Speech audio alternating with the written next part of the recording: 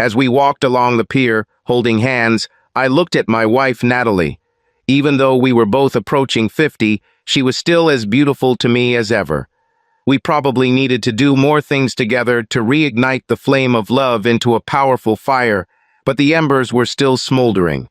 I looked around the parking lot to make sure my other great love, my 2013 Mustang Boss 302, was okay. Then I took Natalie's hand again, and we continued our walk along the docks. In addition to people walking, there were a lot of people on the piers. There were games of chance, different types of food to try, and a variety of performers. I saw jugglers, stilt walkers, singers, musicians, clowns, and even a mime. I hate mimes. We didn't have any specific plans or schedule.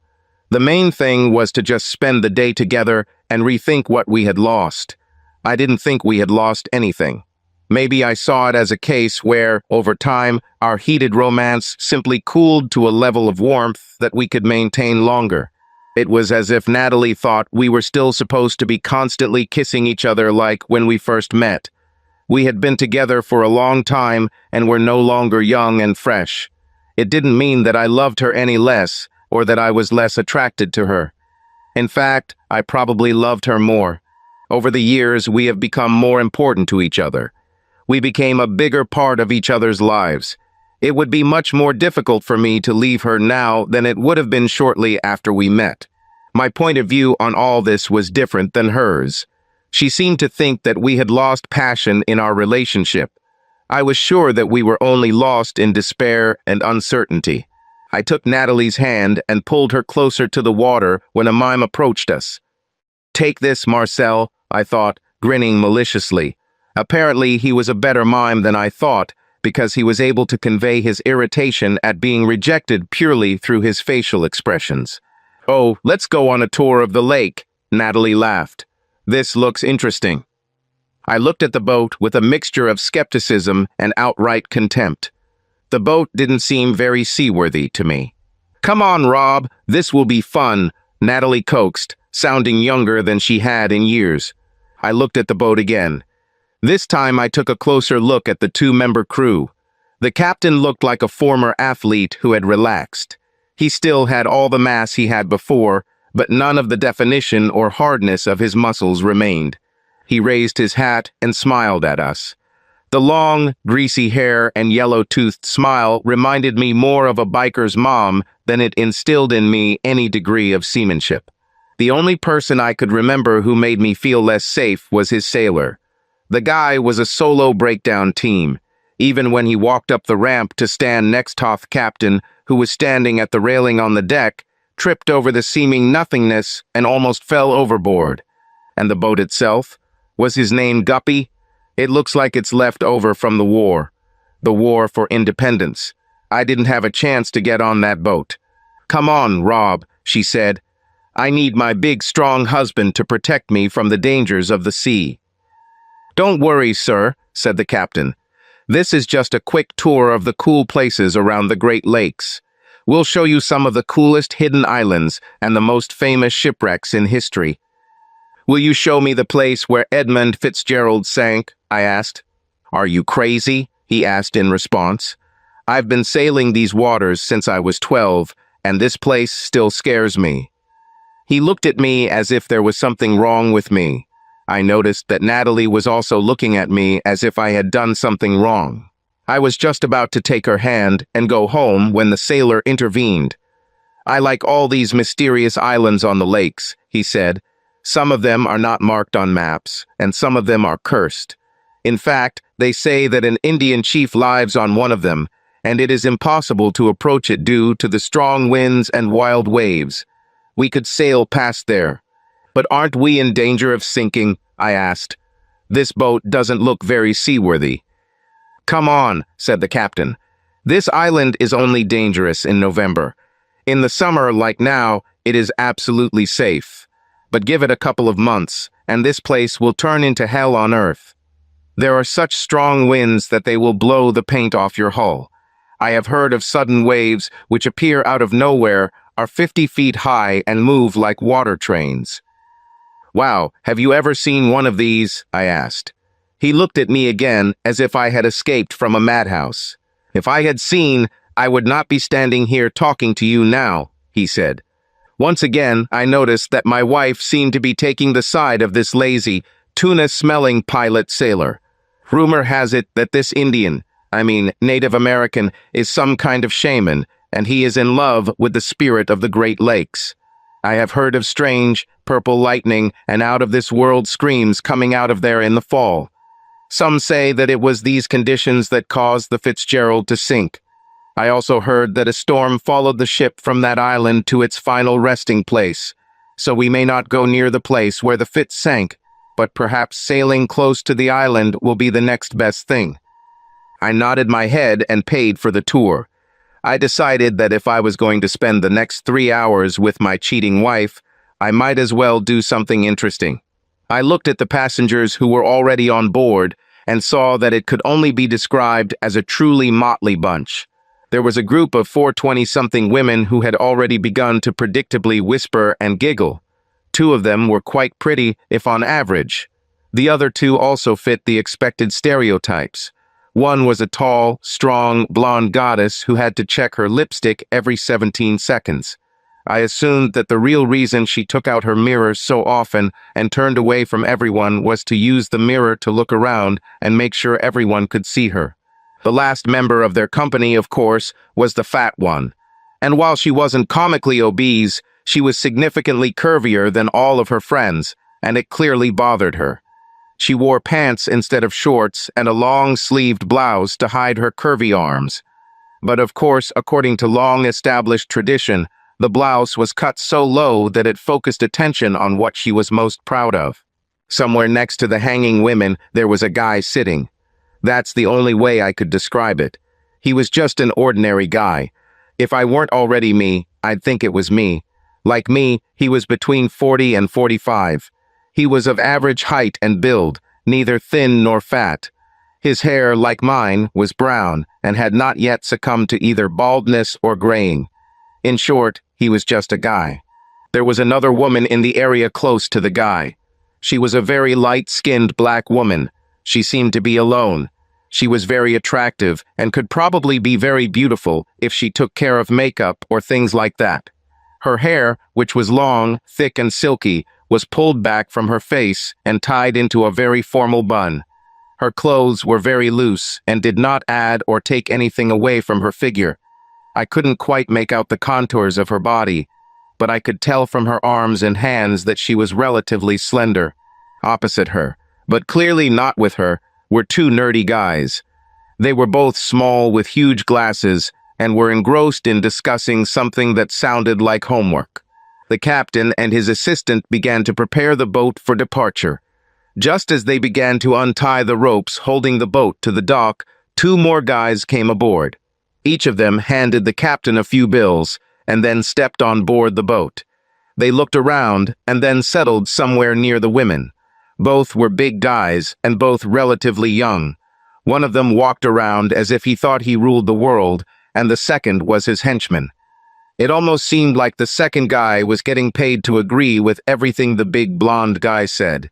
I noticed that Natalie was taking a special interest in the last 2 arrivals, much more than in anyone else on board.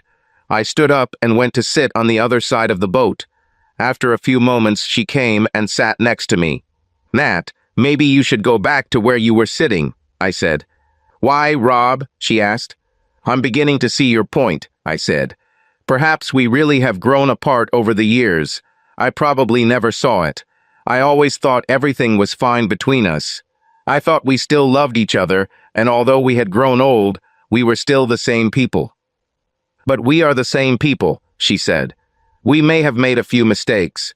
We may have put something on the line in our marriage, and we need to get back to what's important. That's what today was about. We just need to spend more time together and rethink what made us fall in love. We need to leave the past behind and step into the future together. I think we've grown apart a little, but not so much that we're not the same people." I looked at her, and she seemed sincere. She seemed to be begging for it, but I just didn't understand any of it.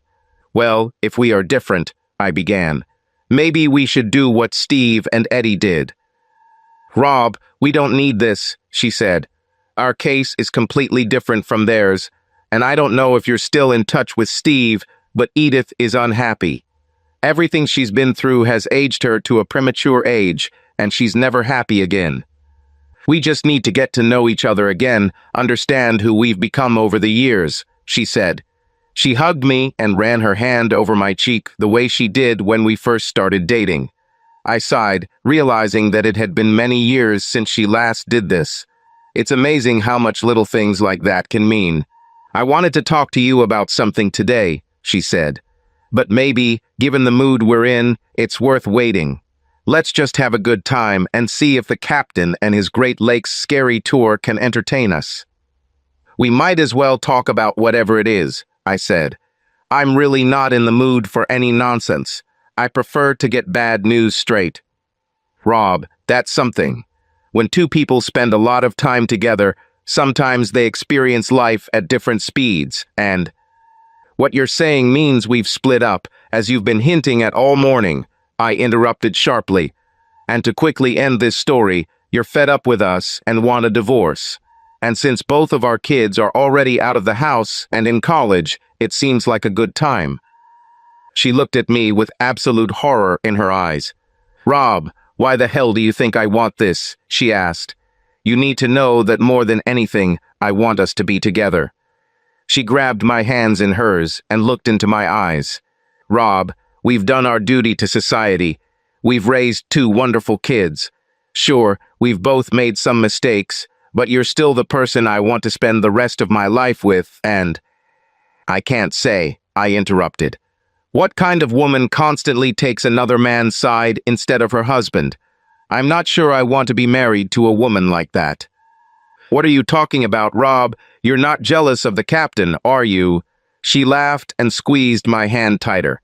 "Rob, I was going to tell you that we've raised our kids, our mortgage is under control, and we've done it before we've even turned 50. We're on the easy road and getting close to the finish line, but I think we're seeing things through. I think you want us to keep saving money, and you're going to keep working at your job for another 18 years until you're ready to retire at 65. "This is what ordinary people do," I said. She interrupted me with a look. "That's why ordinary people die or become too old to really do anything with their lives," she replied sharply. "Today begins a new chapter for us, Rob. This is not the end. This is not me telling you that I want a divorce. This is me telling you that I want us to get to know each other again.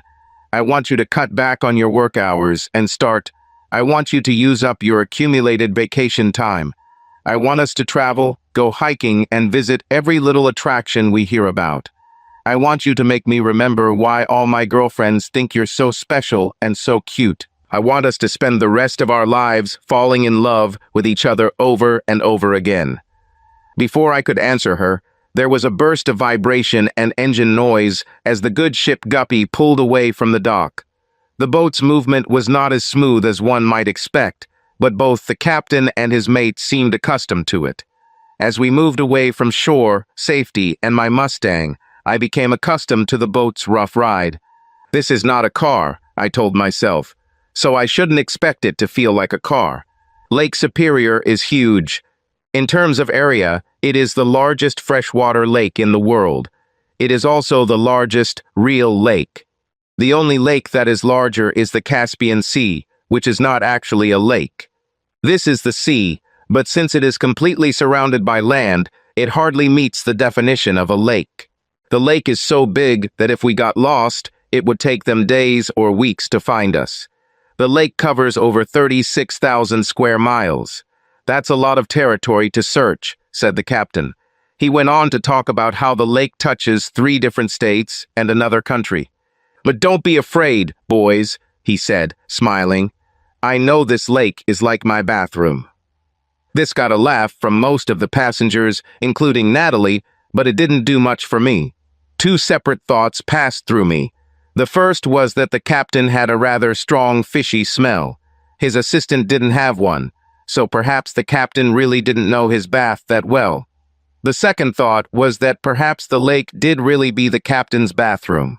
That would explain why he smells like a damn fish. The captain's words, at least for the first hour and a little more, captivated me. Several times during our journey, I noticed his assistant, Gil, looking at the sky. As I mentioned, the guppy's passage through the water was never smooth, but after about 80 minutes, I noticed a sharp increase in both the turbulence of the water and the harshness of the guppy's movements. When we first started, the sun was high in the sky and there were few clouds. During the trip, the sun was sometimes hidden behind the clouds, and we were glad for the respite from the scorching rays of the sun. But now the entire sky was covered with dark, ominous clouds. I realized that Gil had noticed these clouds far away, and these were the ones he was observing. "I'm sorry to cut our tour short," said the captain, "but we are very close to a certain mysterious island that I warned some of you about. The waters surrounding this island are known to be unpredictable, and although we can't see this island yet, Superior seems to be freaking out. I guess I shouldn't talk about this island out loud." At first, I thought he was just upping the drama to cover up his ineptitude. What sailor doesn't keep an eye on the weather? Even Gil, whom I was sure was not all at home, noticed the clouds. But even as the captain spoke, lightning struck very close to the boat. Huge drops of rain began to fall into the water suddenly, and all passengers left the deck for the cramped quarters of the cabin below deck. The weather began to deteriorate, and the small boat was rocking. I must admit that the captain and Gil did their job bravely, and it was they who, more than anything else, prevented the boat from sinking. Wait, maybe I should rephrase that. It would have been better, or at least clearer, if I had said, "The weather began to deteriorate. The little ship rocked. But for the courage of the intrepid crew, Guppy might have been lost." Looking at the frightened and annoyed faces of the passengers around me, I could tell that we all regretted boarding the Guppy. I heard several people say the same thing as me. They expressed the same concerns. The boat didn't look like it was in good condition, and the captain smelled like fish. Gil seemed like an idiot at best. And now our lives were in their hands. "I'll sue," one of the women said. "Who will you sue?" asked the guy I described as ordinary. "The captain probably owns the boat, and from the looks of it, the boat is all he has. If the boat goes down, what do you get? Perhaps you get ownership of a sunken, useless boat. Yeah, then they'll charge you all sorts of fines for cleaning up to prevent damage to the lake's ecosystem and all that," said one of the botanists. The other nerd said nothing. He just turned pale and ran to the small kitchen sink. He immediately vomited the contents of his stomach and did it very loudly. He may have been the only one who vomited, but he wasn't the only one who didn't enjoy the trip. As the boat rose and fell, hitting the waves, we all screamed and prayed for the ride to end. "Are we anywhere near that island you were talking about?" I asked, scared to death. "No," said the captain. "That island is at least half an hour from here." For the next few minutes, time and my feelings seemed completely confused. I looked at my watch, and although it seemed like hours had passed, it was actually only about 5 minutes. The normal up and down motion the boat made as it floated through the water disappeared. The boat was now moving in all directions and orientations, seemingly at random. The bow of the boat often pointed straight up, and sometimes pointed straight down and at an angle. We were thrown against the cabin and against the walls with some apparent external evil will. Natalie held on to me for dear life, and I did everything I could to reassure her that we would be okay. We didn't talk so much as we randomly spewed out groups of words. We were bouncing off the wall, and I was like, "Wow, that was big." Then we slid to the floor, and I shouted, "They're keeping us moving forward." I tried to keep a brave face. I did it more for her benefit than for mine. I noticed that many men allowed themselves to be liberated. The big muscle screamed like a little girl. I couldn't blame him for that. He was young and realized that he and all of us could die. It felt great to let it all out. The nerds screamed too. The women screamed almost as loudly as the muscles. Then I noticed two things.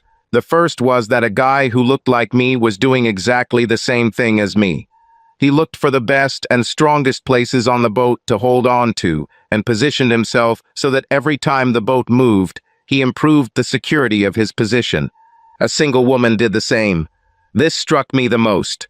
After that, I was too shocked to notice anything when the boat crashed into something that seemed extremely hard, and the loud sound of the explosion drowned out everything else.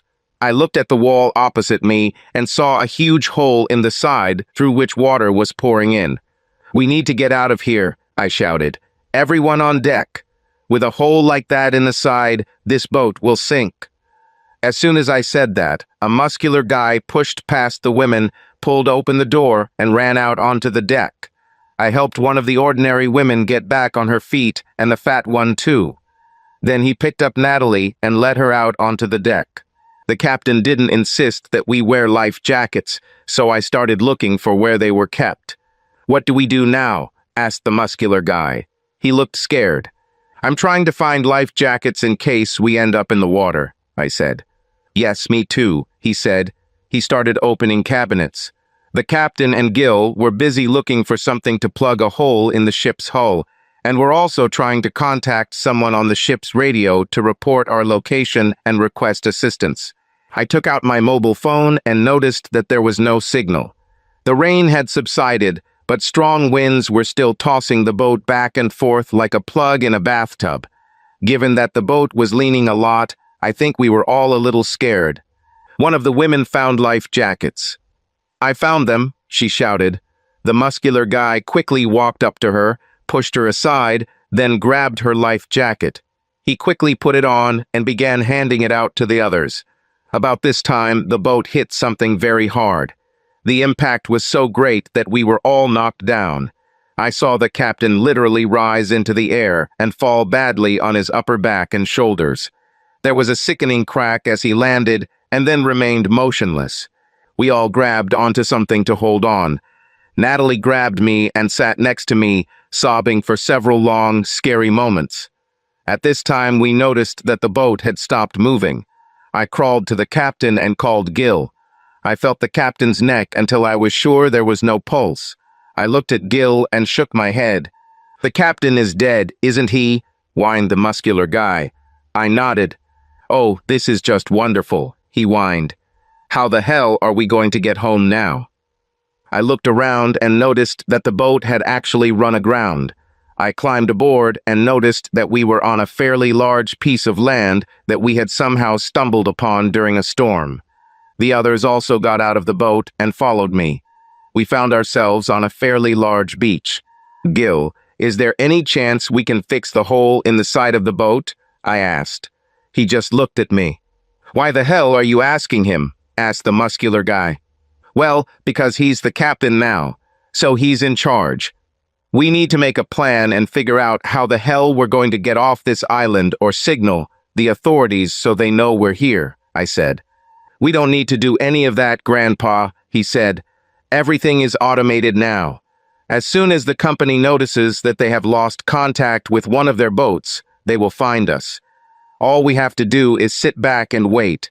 And frankly, I wouldn't trust the words of this idiot. He and his friend almost killed us. What a captain he is." I ignored him and started walking around the beach. As I moved away from the group, I noticed that I was being followed. I turned around and saw Gil, the guy, and that quiet black woman following me. The guy who was just a guy caught up with me. "Are you exploring the island?" he asked. I nodded. "We need to know what's here in case the rescue the muscle guy talked about doesn't come. I know it sounds stupid, but there wasn't supposed to be a storm this afternoon." "There was one expected this evening and another one tomorrow afternoon," said I. "George Ignatowski," he said, holding out his hand. "Robert Sinclair," I said. "George, I think we can cover more ground if we split into 2 groups. Gil and I go east, and you go west with this lady. Is your watch still working?" "Yes," he said. "Let's meet on the beach in an hour. We probably have no more than 3 to 4 hours before sunset. The storm could start by then if it doesn't start sooner. We're looking for a cave or any natural formation that will make it easier to build a shelter in a short time." He nodded and we parted ways. As Gil and I walked around the island, he seemed to come out of his state of shock. "How do you know it's east?" he asked. The sun sets in the west, I said. He nodded. You learned that from some survival course, right? He asked. No, I watched a lot of westerns when I was a kid, I smiled. We saw some natural rock formations that might be suitable, but we needed some materials to make them habitable. We noticed many thin but strong trees and several large trees where we could cut down or break long, thin branches. From talking to Gil, I got a pretty good idea of what supplies and tools were available on board the boat. So after an hour, I had a pretty good idea of what we needed to do to ride out the storm relatively comfortably. I sent Gil back to the boat with a list of things to bring back. I headed back to the beach to explain what we had found and the plan. If George didn't find a better place, we'd use what I found. Time was short, so we had to act quickly. I was only gone for about an hour, and perhaps it was pure luck that I chose the path I did. This area was a little more hooded than the rest of the area. I later learned that they had decided to pursue a safety-in-numbers strategy. So every time someone needed to go to the toilet, they went in pairs. All the women walked in pairs. Unfortunately, or perhaps intentionally, when Natalie needed to go, no women were available, so she went with him. I heard them talking as I approached. I didn't try to walk quietly until I heard her voice. "But aren't you married?" he asked her. "This is not news," she said. "I've been expanding my horizons for a couple of years now. A friend of mine got caught, so I decided to stop, but maybe this isn't the right time to do it."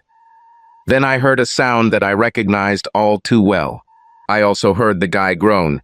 I knew what was happening, and I knew what I heard, but somehow it wasn't enough.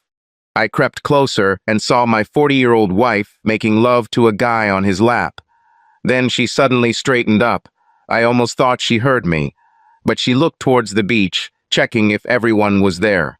"Why did you stop?" he asked. "We're just getting started," she said. She lowered her panties and leaned forward. After a few minutes, he started moaning behind her. "Just remember that these young girls are prettier," she said. "But they won't do everything that I will do. And since you are now in charge, I expect you to take care of me so that I come out of this safe and sound.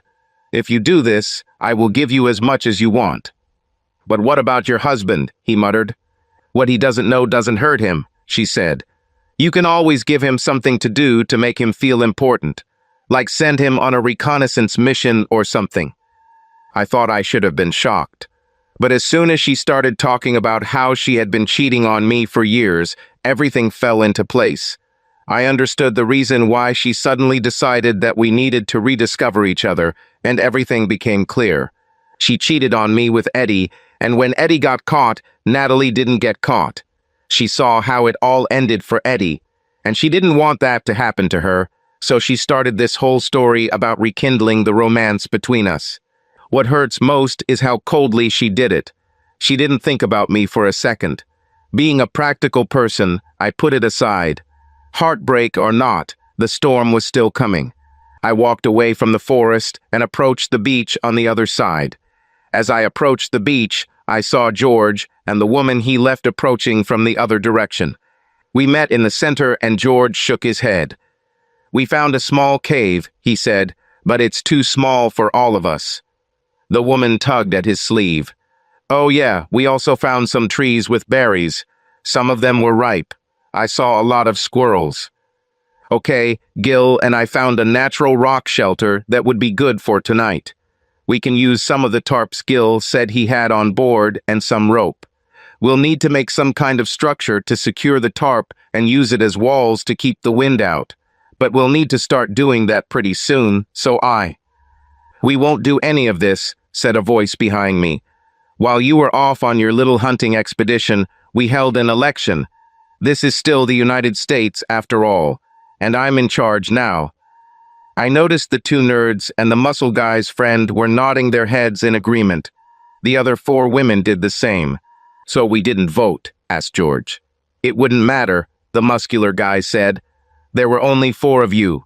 There were 9 people here. Anyway, I decided that if a rescue mission didn't come tonight, which I'm sure it would, we'd just sleep on the boat. Why waste time, energy, or effort on building something when we have a boat?" George and I shrugged and headed towards the spot I had found earlier. "Hey," the muscular guy shouted. "Where are you going?" "There's a storm coming," I said. "We don't have time to waste on you." "But I'm driving," he said. "We didn't vote for you, so you're not leading us," George said. "What about your wife?" the guy shouted. "Do you want to try to convince her to come with you or try to fight for her?" "You already said," I replied. "She's with you." I looked straight into Natalie's eyes, and she shuddered. "I only fight for what I think is worth it." "But Rob," Natalie tried to argue. George, the quiet woman, and I headed away from the beach.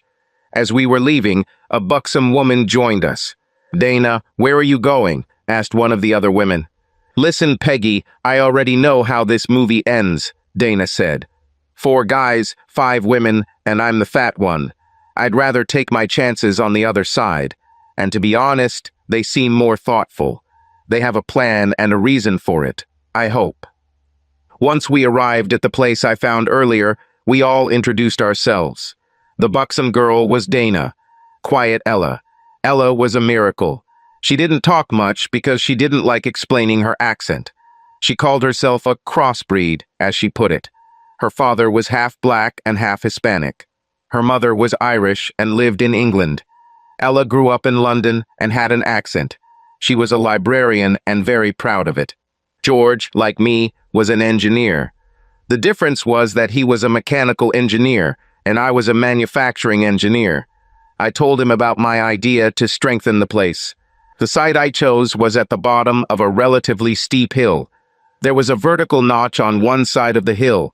It was like the letter V turned on its side. The idea was to build a fairly large lean-to shelter that would take advantage of the vertical wall at the back and blend into the slope of the hill. As a bonus, there were some large rocks and fallen trees nearby that we could place in front of it once we were settled in to further protect the front from the wind.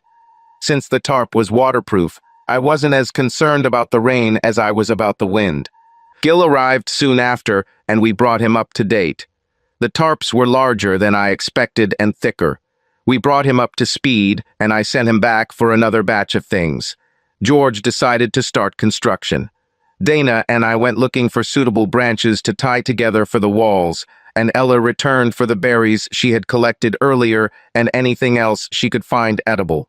When Ella returned with more than enough berries for the 5 of us, I called her over, and she smiled as she approached me. I handed her the fishing rod. "What should I use for bait?" she asked in her carefully enunciated voice. "What did you say?" I asked. She smiled and repeated her question. I pretended not to hear her again. Dana came over and told me that George had collected enough posts for 2 layers of walls. "Is it because of the color of your skin?" Ella asked. "What do you mean?" I asked. "I asked you the same question 2 or 3 times, and you didn't hear me," she said, looking really disappointed. "Ella, this is stupid," I said, "and I'm sorry." "You think I'm stupid?" she exclaimed. "I want you to know, my dear sir." It was at that moment that I couldn't help but laugh. "Ella, I never said you were stupid," I laughed. "I meant that I was the one being stupid." She calmed down and looked at me. "I doubt you're stupid," she said, "and since we're all following your plan, if I'm wrong, we'll all get hurt." "Ella, I kept asking you to repeat yourself because I love hearing you talk," I said. "Your accent, your tone of voice, even the phrases you use are just magical. I could listen to you forever." We both blushed and walked away. "Ella," I shouted as she took the fishing rod, "the ground near some muddy places is full of worms. Try some of them and also some of your berries as bait." A few minutes later, she came up and took my hand, pulling me towards the puddle. "Attach this to my hook," she said, pointing to the big fat worm. George began to work, driving long posts into the side of the hill. If you look from a distance, they were almost invisible because he very accurately selected the angle of the hill. The next step was to put a tarp over them and then another layer of posts to protect the tarp from being blown off by strong winds. I asked Gil to place a large flat metal disc that he had brought from the boat in the center of the large canopy. I put a lot of crumpled paper and wood chips, as well as pieces of dry wood in it. A few neatly placed metal skewers above it, and we had both a heat source and a stovetop. On his last return, Gil brought several bottles of water and 3 cans of soda. Clouds began to fill the sky. It took all of us together to push a large stone and a split stump in front of the wall. Using some smaller pieces of tarpaulin, we made blankets. We also had life jackets that we stretched out and piled up to use as mattresses. The finishing touch was when Ella appeared carrying 3 beautiful fish. "This is what I caught," she said. "I'll take care of it," said George. "I'll clean them." "Gil helped me get the first one off the hook," Ella said proudly. I noticed that the other 2 fish were still attached to the lines on the rods. Ella approached me after George took both fish and fishing rods from her. "I'll just eat the berries," she said. "I'm just not a sushi fan." "Well, not a sushi fan," I said. "What do you think about it?" I pointed to my makeshift stove. "I don't know what it is," she asked. "This is where we will cook the fish you caught." I smiled at her. "Smart boy," she smiled back. "Maybe I'll eat some after all." "Ella, we really don't know how long we'll be here. We won't be able to stay strong eating only berries and greens, so whenever any type of protein is available, I want you to eat it. Be it fish or squirrel or whatever we find, even if it tastes like fried shit, you eat it, okay?" She nodded. "Rob," she called. I turned around and looked at her. "I was just wondering," she said in her musical voice. "Like fried shit tastes like." We both burst out laughing, and soon everyone came over to find out what was so funny. Before we could explain to them, we felt the first drops of rain. We walked into our hastily built structure.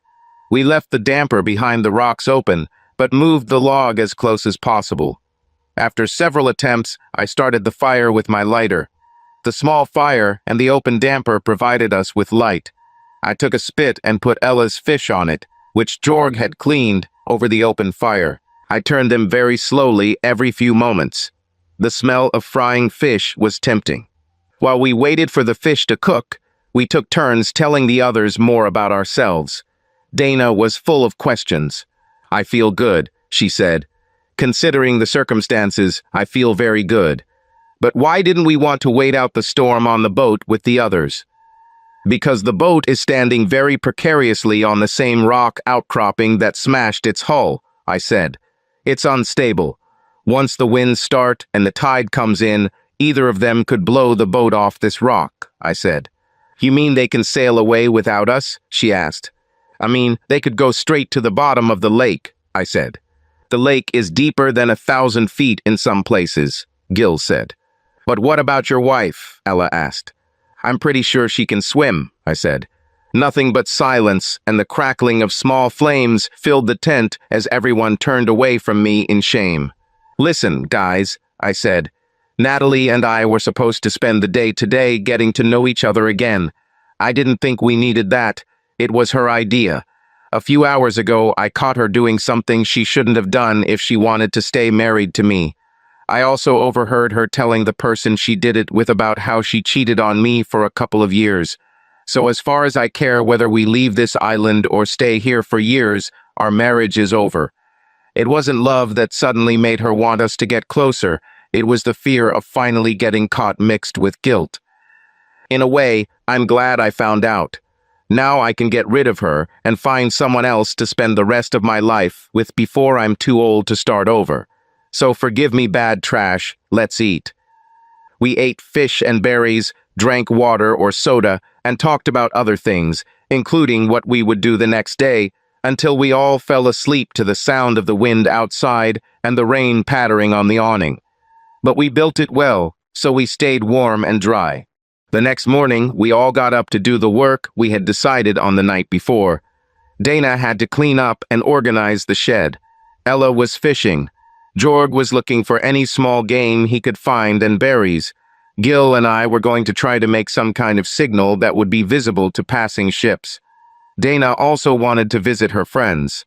Gil, Jorg, and I put our heads together and came up with 2 practical ideas for signaling devices. One of them was to build a fire that could be lit instantly to provide fire and smoke. The fire would be visible from a distance at night, but the smoke would be much more visible during daylight. We also decided to try to get the large mirror out of the head in the boat. This would be a great way to signal during the day and would not require a flame or power source. We decided to start with the mirror. When we approached the beach, at first we thought that maybe they were all still on the ship. Then we saw them all huddled around a tree, trying to hug each other for warmth. I knew they would dry out during the day from the heat, but it was still a little chilly, and they looked like they were frozen. Then we noticed that the boat had disappeared. They saw us around the same time we realized the boat had sunk. Natalie and one of the young women stood up and swayed towards us. One of the botanists went with them. They looked terrible. "Why didn't you tell us the boat would sink?" asked the botanist. "You knew, didn't you?" "How did you guys stay dry?" Natalie asked. I ignored her. "Rob, we need to talk, honey," she said. "I have a feeling you're angry about something." "Okay, I did it again. I didn't take your side.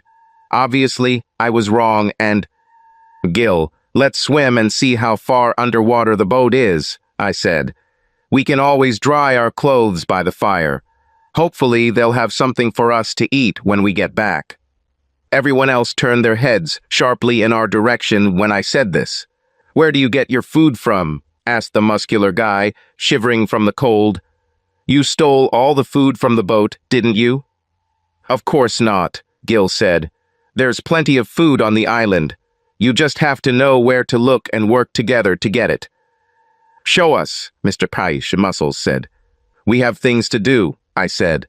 "Since you're on the team now, you should get off your ass and figure out your next move. But from what I remember from the weather forecast, it's supposed to rain today." "What do you mean by working together?" asked one of the botanists. "We all have different goals and different parts of the plan," I told them. "Some of us are cleaning up our territory. Others are getting food. Some of us are going to work on a way to signal ships from afar." "You obviously took all the good people," Mr. Muscles said. "This is unfair." "You left me with a bunch of useless women and nerds," he continued. "I thought nerds were supposed to be smart, but all these guys know is comic books and Lord of the Rings. It's really unfair.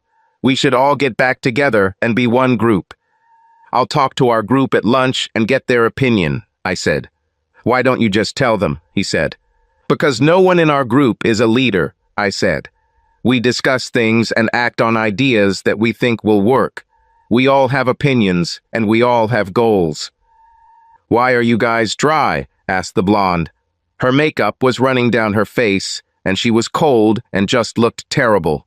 "Our shelter is dry and protected from the wind," Gil said, "and the fire warmed us all up quite well." "Where did you find shelter?" asked Mr. Brumley's Muscles. "We didn't find him. We built it," Gil said. "Rob came up with the design, Ig, as we call George Ignikowski, built it.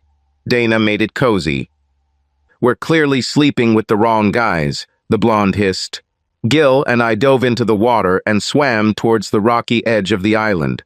The boat was there, but it was at least 8 feet below the surface of the water. I took a deep breath and dived under the water. I stayed underwater as long as I could and still couldn't reach the head behind the mirror. Gil did better than me. He stood up with a small grill. "It's not that I didn't like the way you cooked last night," he said, "but this will make things a lot easier." Another group started following us as we left. I turned around and spoke to them. "Less than 24 hours ago, you all made a couple of really stupid decisions," I said. "You were all lucky you didn't drown when the boat sank. I'll talk to our group to see what they have to say about the possibility of everyone uniting again. We'll let you know." Natalie was still following me. "Where are you going?" she asked. "With you," she said. "We're still married, remember?" In the coldest voice I could muster, I told her, "Yesterday, while you were pleasuring that idiot, you told him that what I don't know won't hurt me. You were wrong, Nat. Now I know, and it still didn't hurt me that much. I'm ready to leave you and the past behind. As soon as we leave this island, we'll get a divorce. We're done." She just stood there in shock as Gil and I walked away. Over the next 3 days, the two groups had minimal contact. My group flourished. We found a way to use several long sections of pipe from the ship as makeshift snorkels. This allowed us to stay underwater long enough to get the mirror and a few other things we needed. The only real contact between the two groups was through Dana. She visited her friends every day and returned with terrifying stories. The other group, she said, was close to hunger and despair. Troy, the muscle guy, has turned into something of a pocket tyrant. He ruled his group through fear and intimidation. The women there, with the exception of Natalie, all wanted to move on to our group, but were afraid of what Troy would do. Dana looked at me when she told us about this, that Natalie became depressed. "I'm not saying it's your fault," she said, "but she seems to think you just wrote her off." "I did," I said. "What else was I supposed to do? How would you feel if you knew that for the last 20 or so years you worked your hardest to support someone? You loved them with all your heart. You went above and beyond to make them happy, and you find out they've been cheating on you for years. Damn, I wish we could start our divorce while we're on this island so I could get rid of her ass even faster." "Don't you want to talk to her?" Dana asked. "Don't you want to know why this happened?" "Who cares?" I asked. "She wasn't taken by force, she wasn't tricked with substances, and she probably wasn't blackmailed. But even if that were true, she could have come to me, and I would have moved heaven and earth to help her. Why is she doing this? It doesn't matter. The fact that she did it, and more than once, tells me that I don't want to be married to her. Women always talk about how all men are bastards, and how we chase after everyone that has a hole, but some women are no better. I'm just unlucky to find such a woman. It's over. I'm not going to turn into some bitter old man who hates all women. I'm sure I'll find someone who watches things the same way I do." That morning, I got up early to walk to our section of the cliff that was closest to the water. We roughly shared the island with another group. The beach was on their property. It was a good deal because most of the fish seemed to be avoiding the beach, but they were numerous around our cliff. As I approached the cliff to check the pole we had dug into the rocky ground to mount the large mirror, I noticed Ella. She was sitting on the edge of a cliff, fishing, wearing only her underwear. She was wearing a very lacy bra and panty set. She was thin but curvy, and her breasts were huge for her size. I wondered, looking at her, why a woman with such curves wore such baggy clothes. Over the past few days, we've kind of split into pairs, with the exception of Gil. Dana and Ig spent a lot of time together, and Ella seemed to seek my company most of all. We sat together over meals, and she slept next to me at night, often snuggling with me when it was cold, but that was as far as we went. I wasn't sure I could say the same about Ig and Dana, despite the age difference. I was just about to approach her when I saw them. Troy, his friend, and two botanists emerged from the forest that shared the beach with our territory. They went straight to Ella. Troy grabbed her arm and tried to pull her back in the direction they came from. I ran as fast as I could and didn't stop until I got to them. I pushed Troy away from her and stood between them. "What are you doing here, old man?" Troy asked.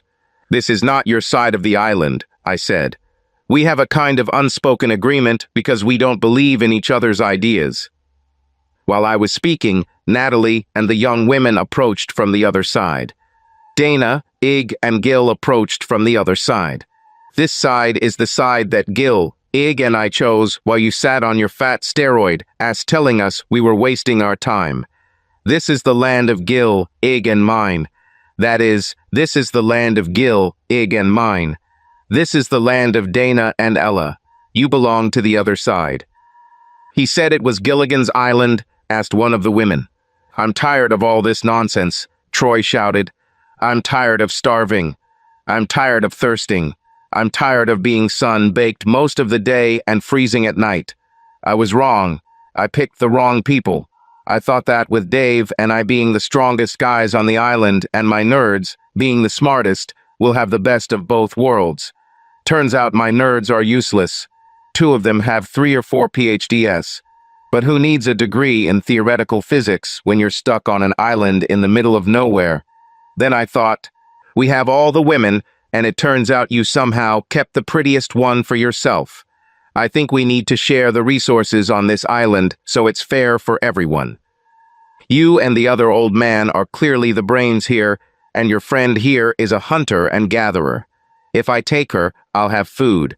And since you want her back, you'll build me a place to live, or even give me yours, right, old man?" "No," I said. "Bullshit," he spat again. "The fat girl comes every day to talk to her friends. And while these stupid women talk to her, I listen. I know they all want to come and stay with you. I heard all their nonsense about how we force them to sleep with you. Us, and that we have no food. Dana hid them with pieces of squirrel and fish. And she talked about all of you. I know that the fat girl is sleeping with another old man. And I know that you and the little English girl did nothing here, but you like each other. So you just have to decide if you're going to build me a place like yours, or just give me yours." "No," I said again. "So you're not even going to try to get her back?" he asked. "I won't have to," I said. "You won't take her away." Before I could say anything else, I couldn't say another word. A huge fist came out of nowhere and hit me in the mouth so hard that I flew back. "I guess you weren't smart enough to see it coming," he muttered. "You're smart and all, but it's time for someone to show you your place here." As soon as I stood up, he hit me again. This time, the fist hit me in the eye.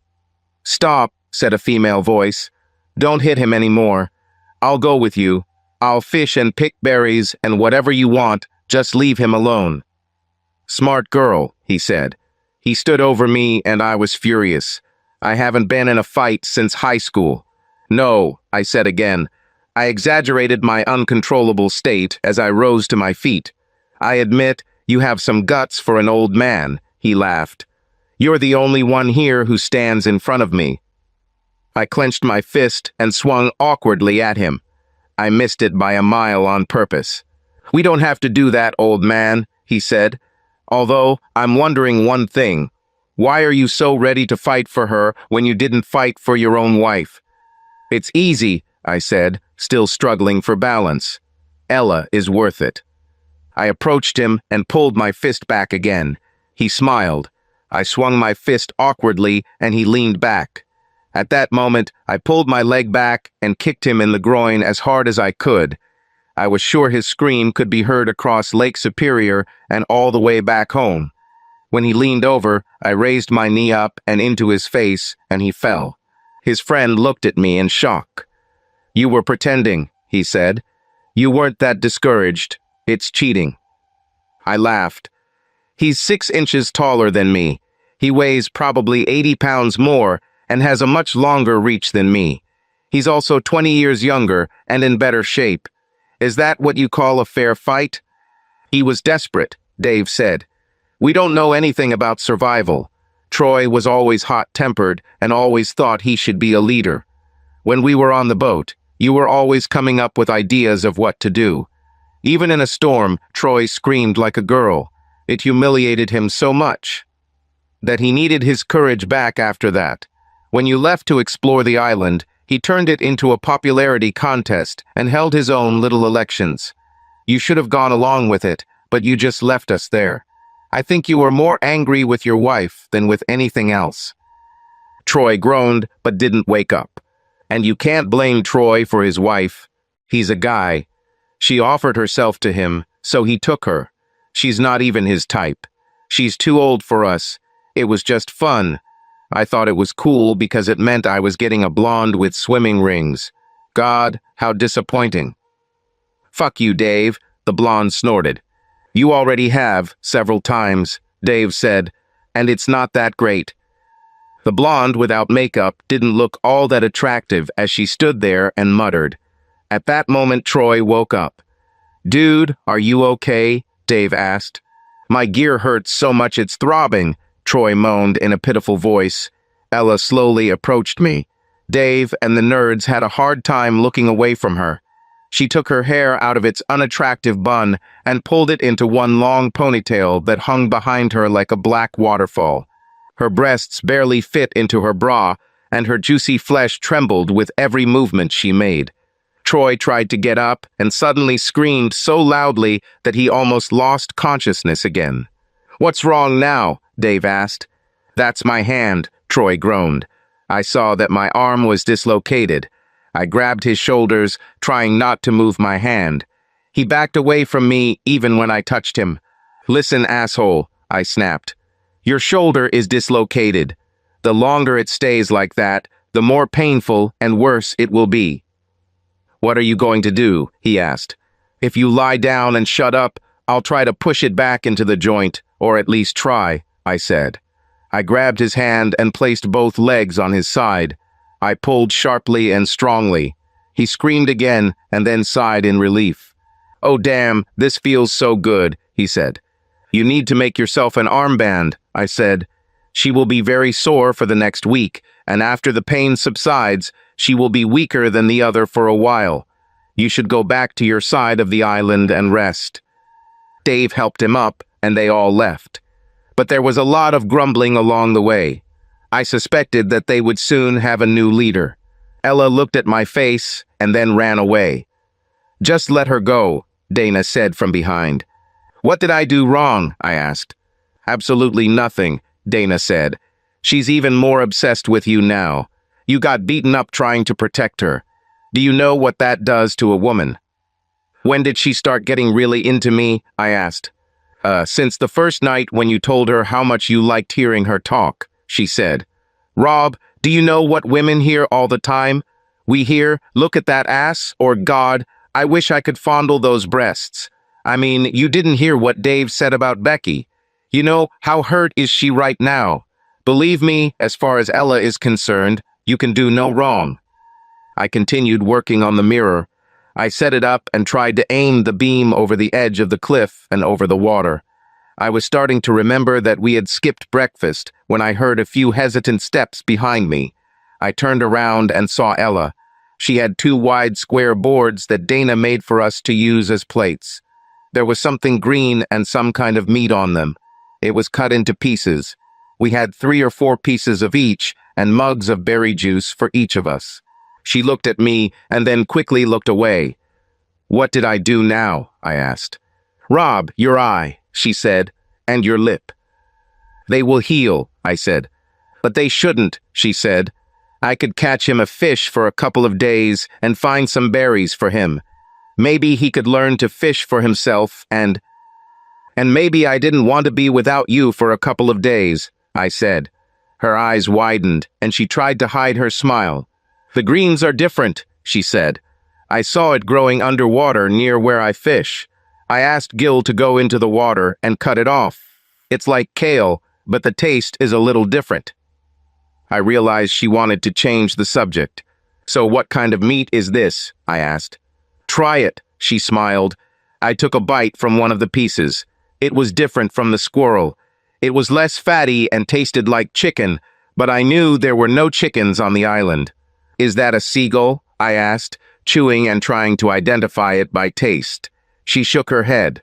"Don't tell me it's a pigeon," I said, taking another bite. "Ig caught him," she said. "It's a snake." I quickly spat it out and took a long sip of berry juice. "Rob, do you know the first time I realized you cared about me?" she asked. I shook my head. "When you told me you wanted me to eat every kind of protein available, even if it tasted like fried crap. You didn't say that to anyone else. It seemed so important to you that I stay healthy. So now I want you to eat your snake for me. It's not as tasty as fish, but it's protein and it's better than fried crap." From that moment on, something happened between us. We never discussed it or made an official statement, but we became a couple. We also never separated. Since we could not store or can food, we began to give our surplus to another group. When we first came to them with a bucket of fried fish and some green ones, they pounced on the food and devoured it by the handful. Unlike us, they had no concept of sharing or teamwork. Everyone simply grabbed as much food as they could and moved away.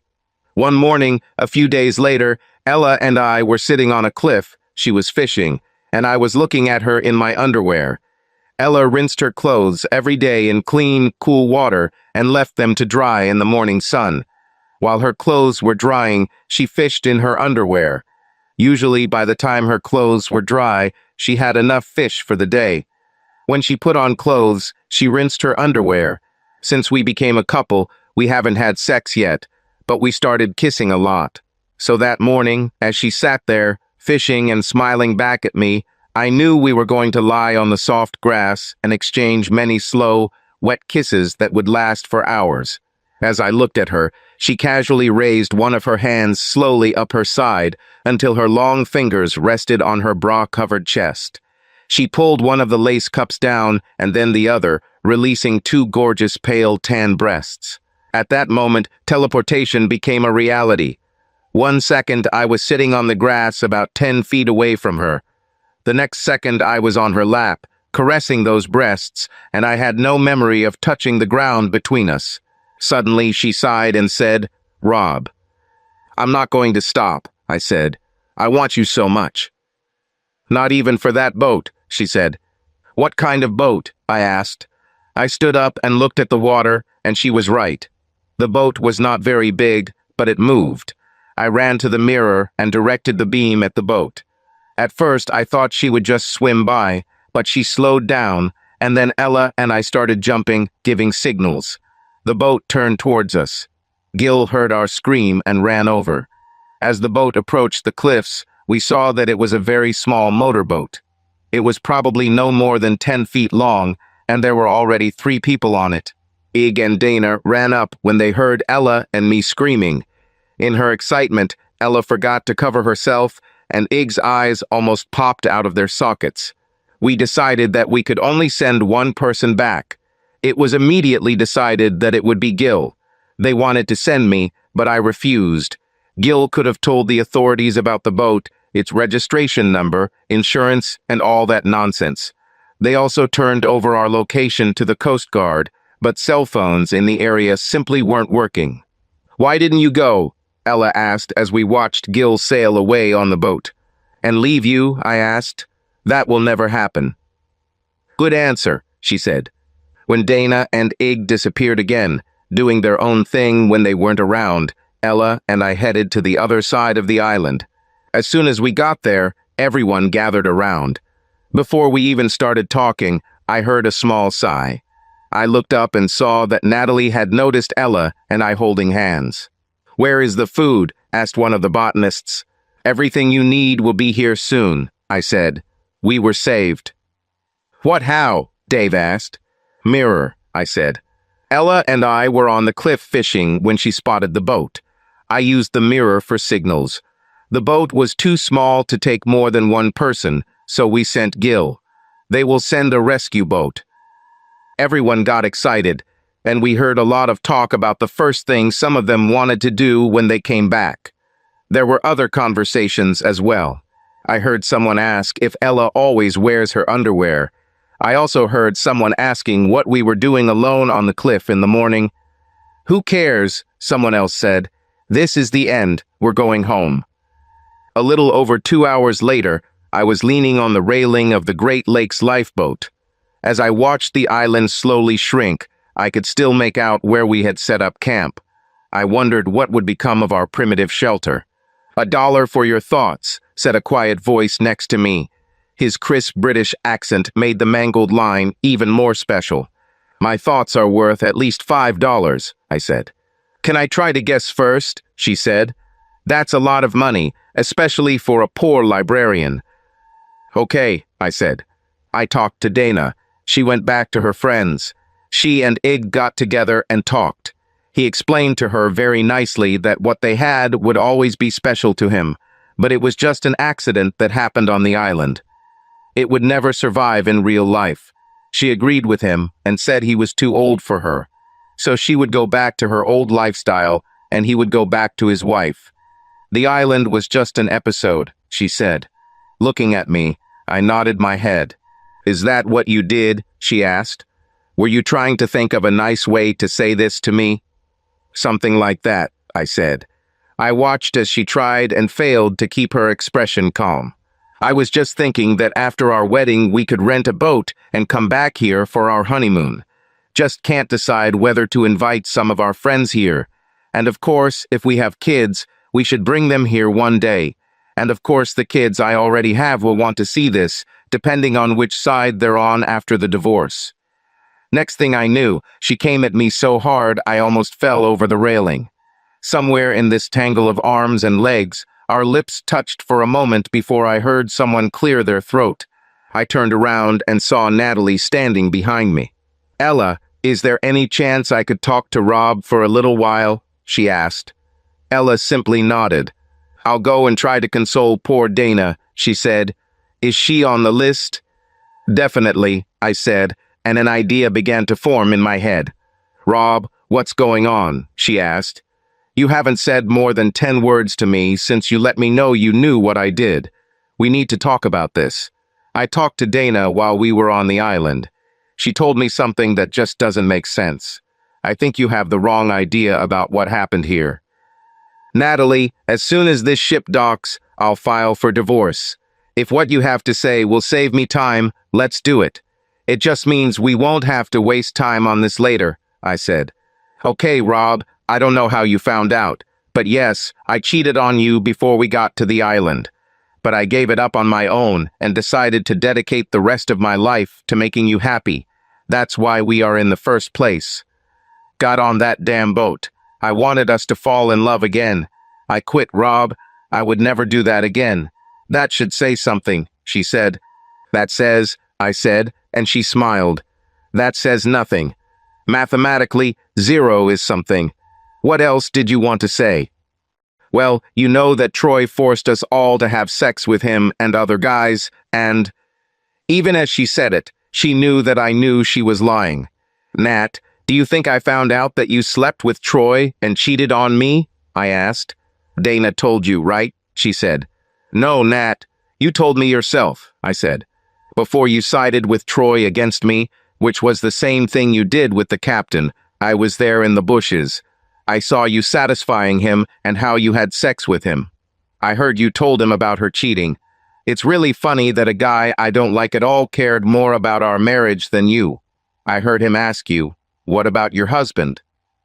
"Rob, I was afraid," she whined. "I wanted to have the best chance of survival." "Well, you picked the wrong one," I said. "And I paid for it, Rob," she said. "They treated us like bitches. Ella only had to have sex with you. She probably even liked it. We were passed around like party prizes, regardless of our consent, and those 2 nerds were sadists." "Natalie, Ella and I haven't had sex yet," I said. "I think we'll wait until the wedding." "You can't be serious," she said. "Are you really going to divorce me?" "That's the plan," I said, "just like Steve and Eddie." "Rob, Steve and Eddie are nothing like us. They haven't been married that long, and they don't have 2 kids to explain it to.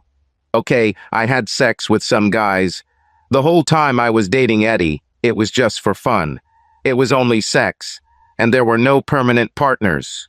It was just casual, nameless sex, and I always came home to you. I never embarrassed you or did anything with anyone or one of our friends." "So what?" I said. "So it's as much your fault as it is mine," she said sharply. "I waited 20 years while you went to work every day. I was bored. I felt less than human." "Tell that to Oprah or Dr. Phil," I snapped. "After our divorce, write a book and be on The View. But don't give me that crap. It's such a cliché. I went out and broke my back every day to give you what you wanted. I bought a house in the hood where you wanted to live. I bought you the car you wanted to drive. When you ask for things like that, you have to pay for it. My part of the payment is working hard to pay off the loans. Your part is taking care of our house and looking after the children. If you wanted to change or wanted to get a job yourself, all you had to do was say so. All you had to do was say, 'Honey, I want to get a job and help.' Even if your job only paid for daycare for the kids, it would be almost the same. You can sit here and tell me all these stupid excuses, but you couldn't tell me you were bored." She looked at me as if she had never thought about it. "Well, what you're doing is not the same as what I was doing," she replied sharply. "I've had a few innocent, minor affairs with guys I don't even remember. You went out and found a woman to replace me." I laughed. Are you laughing because you don't consider your relationship with Ella serious? She asked. Okay, how much time do you need with her before your wounded ego allows us to get back together? Natalie, Ella can never replace you, I said. She smiled. Ella is younger than you, smarter than you, prettier than you, better built than you've ever been, and most importantly, she believed in me. Before we met, she listened to me and Troy and chose my side, when my own wife didn't. As for time, I want to spend the rest of my life with her. What will we tell our friends? What will we tell our children? She asked plaintively. I don't want to end up like Eddie. You can tell them whatever you want, I said. I'll tell them the truth. Once we arrived at the dock, the race really began.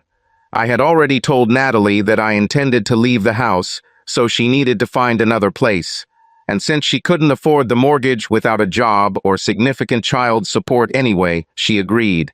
She decided to move in with her parents and pick up her things on Saturday. I got into my Mustang and drove home. While I was there, I called the same divorce lawyer that Steve used. Steve ended up paying Eddie pennies, and I hoped for the same. I had one more ace up my sleeve, actually two. While I was busy separating bank accounts and canceling all the credit cards Natalie used, she chose a different path. She called our kids and told them a bunch of funny lies. She hired her own lawyer and tried to fight every settlement offer I made. We went through consultations.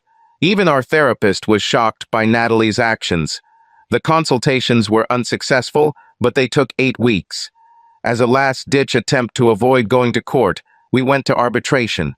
I finally understood what Natalie was trying to achieve. Eddie sued Steve and tried to squeeze all the money out of him in the divorce. She figured that if she couldn't save the marriage, she would get as much money as possible. She would then use that money to continue sleeping with anyone she wanted. The judge didn't give her as much as she expected, and even that was limited to 2 years.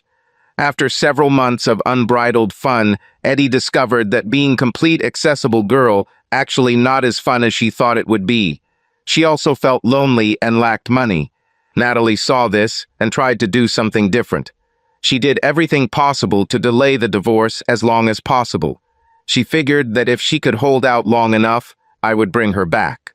She also had our kids, her parents, and a lot of our friends that she told the same bunch of lies to in an attempt to convince me to work on our relationship. I begged her to accept one of my settlement offers so we could complete this. The referee was disappointed with Natalie's behavior. In the end, he just asked her what she wanted, thinking we could use that as a starting point for negotiations. Natalie continued to make the most ridiculous demands and said that if she didn't get them, she wanted to stay married. One of her demands was $2 million a year for 10 years.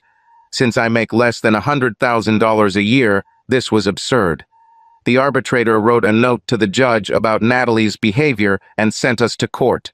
Natalie didn't understand, but going to court was the worst possible option for her and the best possible option for me. Our children, who were adults, came to court. Neither of them have spoken to me since Natalie filled them with her bullshit. There, in court, in front of our parents and our children, Natalie made her final push. The first witness my lawyer called was Natalie's ex-girlfriend, Eddie. By the time Eddie finished telling me what Natalie had been doing behind my back, my son was angry and my daughter was crying. Neither of them believed Natalie's story anymore.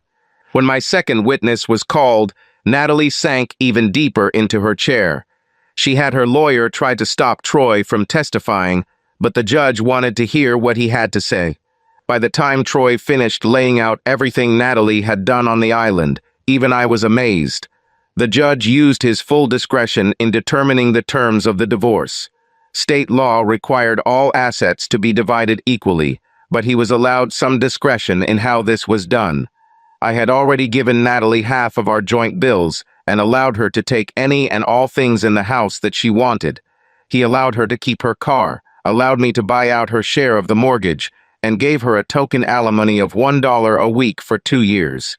Natalie had already spent money from our joint accounts that were given to her, which put her in a difficult position. Because we took out a second mortgage to pay for both children's education, we didn't have much equity in the house. Natalie had to pay her own legal fees, and although her lawyer delayed the divorce at Natalie's request, he still charged her for his time. As a result, Natalie ended up in debt. Our house cost $110,000. We owed $30,000 on the first mortgage and another $40,000 on the second. This meant that our joint equity in the house was $40,000. I gave Natalie $20,000. She owed her lawyer $22,000. To help her, I offered to pay all alimony in one sum. I gave her 5 fresh $20 bills and 16 quarters and walked away from her. Almost exactly 6 months after I left court, I was back on the dock. As Ella and I looked at the huge ship moored there, she squeezed my hand. "Daddy, Ella," someone shouted from behind. My daughter, Susan, ran up and hugged us both. She introduced us to a small, modest man who turned out to be her boyfriend, and boarded the ship. Her grandparents on both sides were already on board.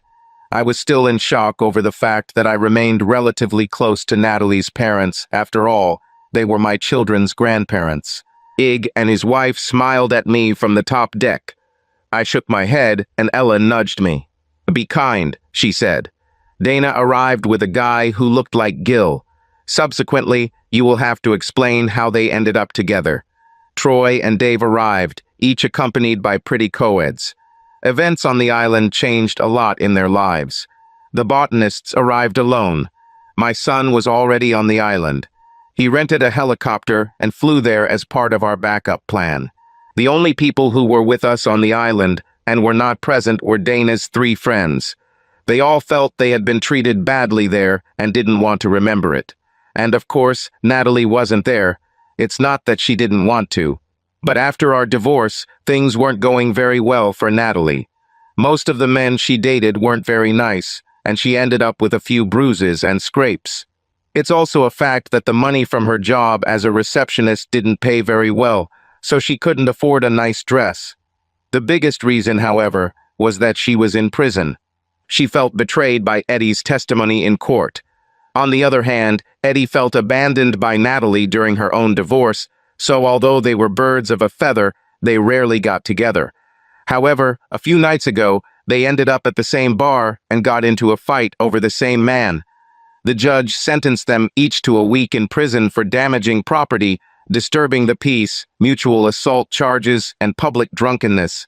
As the large ship pulled away from the dock, a second, smaller ship followed us at a distance. I wanted to see our little island again. We wanted to get married there, and while everyone else slept in the comfort of the ship, Ella and I would spend the first night of our honeymoon in our primitive shelter.